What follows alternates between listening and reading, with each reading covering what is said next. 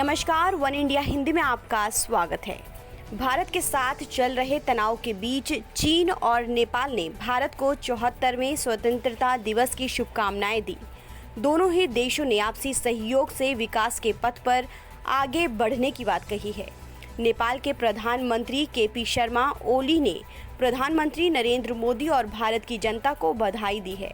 Nepali PM ने भारत के प्रगति और समृद्धि की कामना की।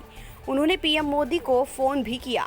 दोनों नेताओं ने कोरोना वायरस की महामारी के चलते पैदा हुए हालात पर चर्चा भी की। दोनों देशों के नेताओं के बीच करीब 10 मिनट बातचीत हुई। ये पहली दफा है जब भारत नेपाल के बीच तनाव के बाद दोनों देशों के प्रधानमंत्रियों के बीच बातचीत हुई है। इधर सीमा विवाद को लेकर भारत और नेपाल में विदेश मंत्रालय स्तर की 17 अगस्त को बातचीत होने वाली है। दोनों देशों के विदेश मंत्रालय के अधिकारी सोमवार को नेपाल की राजधानी काठमांडू में एक मीटिंग में मिलेंगे। इस बैठक में नेपाल की तरफ से विदेश सचिव शंकर दास बैरागी हिस्सा लेंगे। वहीं भारत की ओर से नेपाल में भारत के राजदूत विनय क्वाट्रा होंगे। इसमें सीमा के मसले पर भी चर्चा किए जाने की संभावना जताई जा रही है। बता दें कि भारत नेपाल के बीच सीमा को लेकर पिछले कुछ महीनों से विवाद चल रहा है।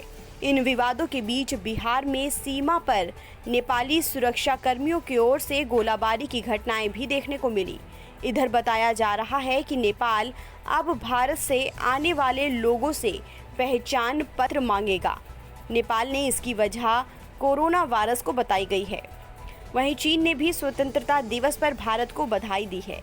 भारत में चीन के राजदूत सन वेइडोंग ने शनिवार को कहा कि स्वतंत्रता दिवस पर भारत सरकार और भारतीय लोगों को बधाई। उम्मीद करते हैं कि दोनों महान देश शांति और निकट साझेदारी के साथ आगे बढ़ेंगे। सन वेइडोंग ने कहा कि उम्मीद करते हैं कि प्राचीन सभ्यता वाले दो महान देश शांति और निकट साझेदारी के साथ आगे बढ़ेंगे और प्रगति करेंगे। पिछले माह वेइडोंग ने कहा था कि दोनों देशों के बीच कोई दुश्मन नहीं है, बल्कि दोस्ती के संबंध हैं। वेइडोंग की माने तो दोनों देशों के लोग आपस में दोस्ती चाहते हैं। एक के बाद एक वीडियो पोस्ट कर वेइडोंग ने कहा है कि भारत और चीन के बीच सीमा विवाद इतिहास का एक हिस्सा है। 15 जून को भारत और चीन के बीच LAC पर जारी विवाद हिंसक हो गया था। गलवान घाटी में हुई हिंसा के बाद भारत के 20 सैनिक शहीद हो गए थे। वेइडोंग के मुताबिक दोनों देश इस समय कोरोना संकट से जूझ रहे हैं और साथ में मिलकर इस संकट से लड़ना चाहिए।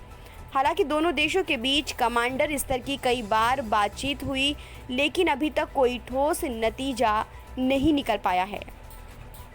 इस खबर में फिलहाल इतना ही। देश और दुनिया की तमाम खबरों के लिए आप बने रहिए वन इंडिया हिंदी के साथ।